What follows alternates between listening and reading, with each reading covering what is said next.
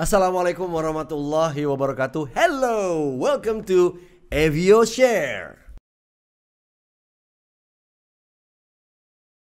Nama saya Steny Agustaf, seorang Master of Ceremony, Public Speaking Trainer, dan juga Presentation Coach. Apa kabar teman-teman? Selamat datang di YouTube channelnya saya sendiri, Steny Agustaf, dan Evio Share atau Evio Productions. Evio ini adalah institusi tempat saya berkarya sehari-hari bersama teman-teman gitu ya. Dan banyak di luar sana MC-MC yang keren banget, yang handal, yang mumpuni, yang profesional. Wah, sebutlah semua kata-kata baik untuk teman-teman. Salut buat teman-teman yang menjalani profesi MC. Mungkin teman-teman juga perlu tahu dari sudut pandang tertentu bagaimana menjadi seorang professional MC. Apa sih professional MC? Professional MC adalah seorang MC yang memang mencari nafkah, bekerja dan dibayar ya untuk menjalani tugasnya. Sementara kalau amatir atau amatir MC atau MC yang amatir ya dia kerja buat hobi, tidak ada tanggung jawab profesi, ya sehari-hari biasa. Tapi bisa jadi yang amatir akan menjadi profesional. Nah, it's all about time, it's all about your knowledge, bagaimana ilmu yang Anda dapat untuk bisa masuk ke area profesional. So, MC like a pro. Pertama banget adalah kita harus mendoktrin pikiran kita bahwa kita adalah seorang MC yang keren, MC yang bagus, MC yang handal, MC yang bisa disandarkan gitu ya. Dan berbagai kata-kata positif. Tanamkan dalam diri Anda bahwa Anda adalah MC yang bagus, MC yang layak mendapatkan panggung-panggung besar gitu ya. Dan MC yang memang sudah punya kemampuan tertentu gitu. Nah, you are one great master of ceremony. Kenapa sih Steny nyuruh teman-teman membayangkan untuk memikirkan hal ini? Ya, it's all about your mind. Kita ini sering banget dijegal atau dihalangi untuk maju gara-gara pikiran kita sendiri, bukan gara-gara orang lain, tapi gara-gara pikiran kita gitu. Nah, kata orang sering bilang we are the victims of our own mind. Kita tuh sering banget jadi korban dalam pikiran kita sendiri. Jadi tanamkan dalam pikiran Anda adalah bahwa Anda adalah seorang MC yang bagus. You are one great master of ceremony ya. Nah, saya bagi atas beberapa tahap untuk tips-tips menjadi seorang MC yang profesional before event and on the stage. Nah, di before event ada sejumlah persiapan yang harus kita lakukan yang juga sama pentingnya seperti pada saat kita lagi manggung gitu ya. Pertama, kita harus melakukan in-depth research atau riset yang mendalam tentang pekerjaan yang kita lagi jalani ini, tentang project yang sedang kita jalani, tentang event yang sedang kita support ini gitu ya. So, kita harus mengenal banget acara apa sih gitu. We have to understand the event that we are holding. Eventnya jenisnya apa? Apakah ini sebuah gathering, business gathering kah atau family gathering kah? Apakah ini sebuah luncheon? Apakah ini sebuah event jualan? Apakah ini sebuah presentasi bisnis? Ya, Anda mesti bisa mengkategorisasikan atau mengklasifikasikan jenis-jenis event yang Anda sedang lakukan. Terus kenapa? Untuk apa, Stan? Nah, disinilah strategi-strategi tertentu bermain gitu ya. Sudah pasti ketika Anda berbicara di hadapan a group of family akan beda dengan berbicara di hadapan a group of business people gitu. Jelas mindset mereka beda, tujuan mereka beda, latar belakang acaranya beda, tujuan mereka ke situ juga beda, dan ekspektasi mereka berada di acara itu juga beda. Nah, ya kan? So, understanding the event atau knowing your event adalah satu hal yang wajib dilakukan oleh seorang MC. Setelah itu adalah kita mengenal audience. Siapa sih yang kita hadapi ini audience? Ya, besok misalnya kita mau ada acara dari sebuah perusahaan. Acaranya adalah business forum. Akan ada sejumlah pembicara. Ada 5 pembicara utama dan 2 pembicara internal misalnya. Nah, Anda mesti tahu siapa pembicara ya, tadi. Namanya siapa, prestasinya apa, kita cari, kita lakukan riset di LinkedIn, di Google, apa saja keberhasilan yang sudah dilakukan dia, dan materi yang dia bawakan itu apa, karena Anda akan mewakili audiens kan besok ketika dia presentasi gitu ya.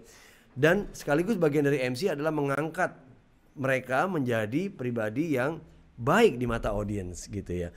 Itu dari audiens pembicara ya, pelaksana. Nah, kalau audiens di depan Anda, saya selalu memberikan pertanyaan banyak sekali jumlahnya kepada event organizer atau yang meng-hire saya pada saat rehearsal atau technical meeting. Saya selalu tanyakan Minimal 15 pertanyaan. Siapa audiensnya, umurnya berapa, laki atau perempuan, lebih banyak laki atau lebih banyak perempuan, berapa besar prosentasenya, terus apa backgroundnya mereka, D3, S1, S2, S3, apa latar belakang mereka, bisnis mereka, mengapa mereka datang ke acara besok itu, apa tujuannya, apa yang membuat mereka senang, apa yang membuat mereka merasa diuntungkan ketika mereka datang di dalam sebuah event, terus suasana seperti apa yang mereka ingin harapkan gitu ya, dan ilmu seperti apa yang mereka ingin dapatkan. Wah, banyak banget pertanyaannya.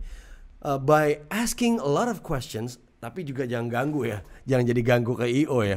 Kita nanya pertanyaan boleh, tapi harus ada logical plan di belakang itu. Ya, kenapa lo tanya pendapatan dari masing-masing audiens? Nggak ada pentingnya buat lo gitu kan sebagai MC. Emang lo orang pajak, nggak penting kan nanya pendapatan audiens. Ya, tapi kalau bertanya tentang audiens ini berarti akan menentukan bagaimana besok senjata yang kita mau gunakan gitu ya. Apa strategi-strategi yang kita mau buat dalam menghadapi mereka. Lelucon-lelucon apa gitu ya, anekdot-anekdot apa yang saya mau keluarkan untuk bisa cracking up the silence atau menghancurkan tembok kekakuan untuk dekat sama audiens. Misalnya besok yang datang adalah ibu-ibu, kita bisa bicara tentang jokes dapur, jokes problem suami istri, problem dengan anak gitu ya, yang ujungnya membuat mereka tertawa kecil gitu. Something like that. So by knowing the audience, you will be able to decide which strategy you are going to use at the event later on. Jadi penting banget untuk mengetahui audiensnya. Tanyakan dan explore lebih dalam. Bahkan Anda bisa mengetahui riset tentang profesi mereka dan sebagainya. Berikutnya adalah know your responsibilities. Of course, seorang MC yang membedakan tadi saya sudah bilang, yang membedakan seorang MC dari amatir maupun profesional adalah ya responsibility mereka. Tanggung jawab mereka. Kalau namanya sudah menjadi profesional, sudah pasti harus punya tanggung jawab yang besar untuk membantu menjalankan sukses tersebut, event tersebut biar sukses. Ya, artinya karena Anda dibayar untuk itu. Nah, kecuali Anda nggak dibayar, sukarela, amatir, ya kalau nggak berhasil ya mungkin panitia juga nggak bisa menyalahkan Anda sebesar itu gitu loh, gitu ya. Nah, kenapa professional MC di hire atau disewa? Karena orang pengen keberhasilan dan pengen kelancaran dan acara baik gitu adanya.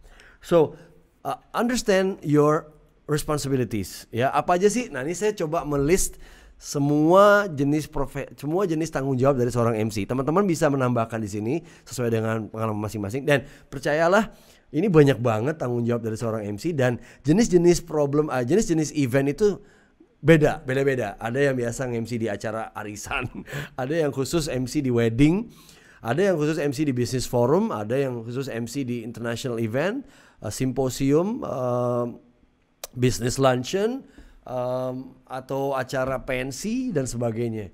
Ya, jadi tanggung jawabnya memang beda-beda. Tapi kalau saya boleh breakdown di sini secara umum, tanggung jawab MC adalah pertama, keep the event flowing. Tanggung jawab Anda, you are the captain of the show.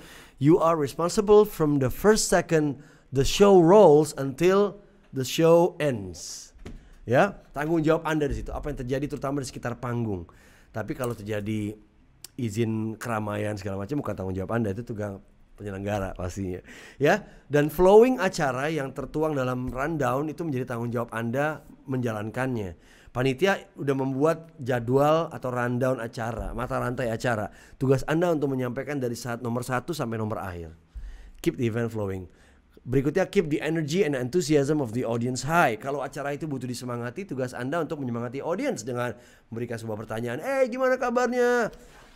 Boleh tujuh tangan sini, boleh tepuk tangan, boleh ini, boleh ini. Anda ngangkat mereka kembali biar mereka tuh antusiasnya dan juga energinya tinggi lagi. Tergantung acaranya masing-masing. Dan you are also responsible to help the audience feel welcome. Of course, Anda seperti host atau pemilik rumah, Anda harus membuat mereka merasa nyaman, senang, terhormat berada di dalam event itu. Ya, berikutnya adalah Anda membantu speakers merasa terapresiasi seperti yang saya bilang tadi. Anda belajar, Anda cari tahu CV-nya dia, pencapaiannya dia, Anda bacakan sebelum mempresent dia gitu ya.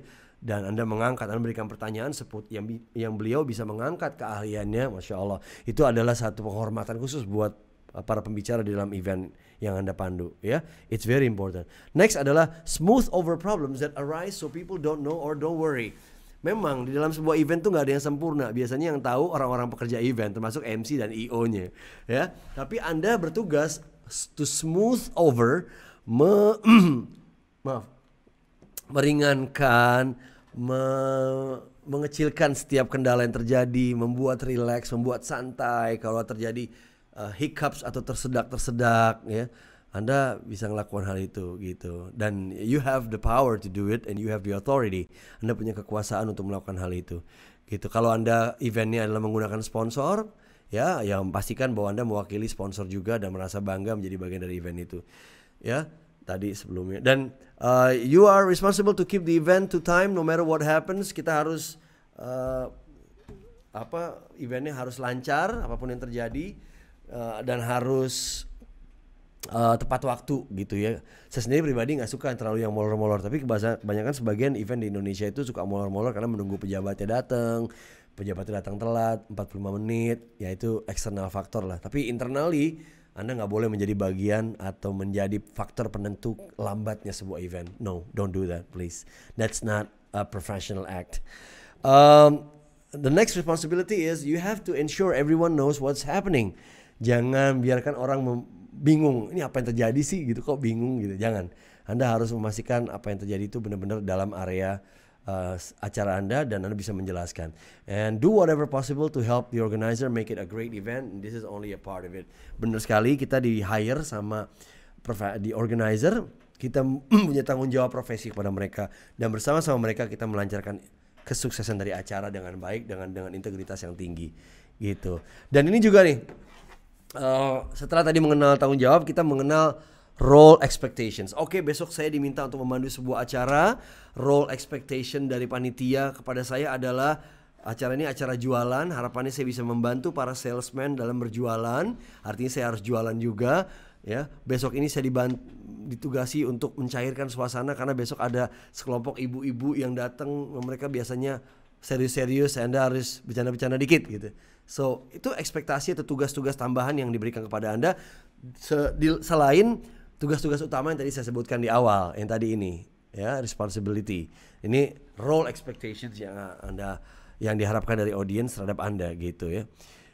Dan berikutnya juga yang paling penting adalah you need to stay organized.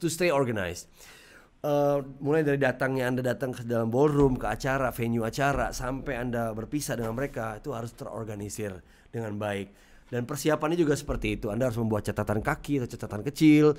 Anda harus memahami rundown. Anda harus menuliskan ini. Anda harus menuliskan itu. Anda harus menguasai ini. Anda harus menguasai itu. Anda harus bertanya. Anda harus memastikan setiap rundown itu berhasil. Dari A sampai B, B ke C, C ke D, D ke E sampai ke Z, sampai selesai. So you need to stay organized. Nah, seorang MC akan mengalami kesulitan ketika dia tidak bisa mengorganize diri dia, tugas dia, apalagi membantu pihak lain, dalam hal ini organizer. So, you need to stay organized. Oke, itu bagian pertama dari saya. Yang kedua akan saya teruskan nanti, biar teman-teman gak bosen. Kalau punya pertanyaan silahkan tanyakan di kolom komentar. Kalau teman-teman belum subscribe, ayo subscribe. Karena insya Allah di channel Evio Productions dan channel Stanley Agustaf ini akan banyak sekali ilmu-ilmu yang teman-teman bisa petik, terutama dari dunia public speaking, dunia presentasi, maupun dunia MC gitu ya. Dan kalau teman-teman ngerasa konten ini bermanfaat buat diketahui teman-teman yang lain, silakan di-share, lempar ya.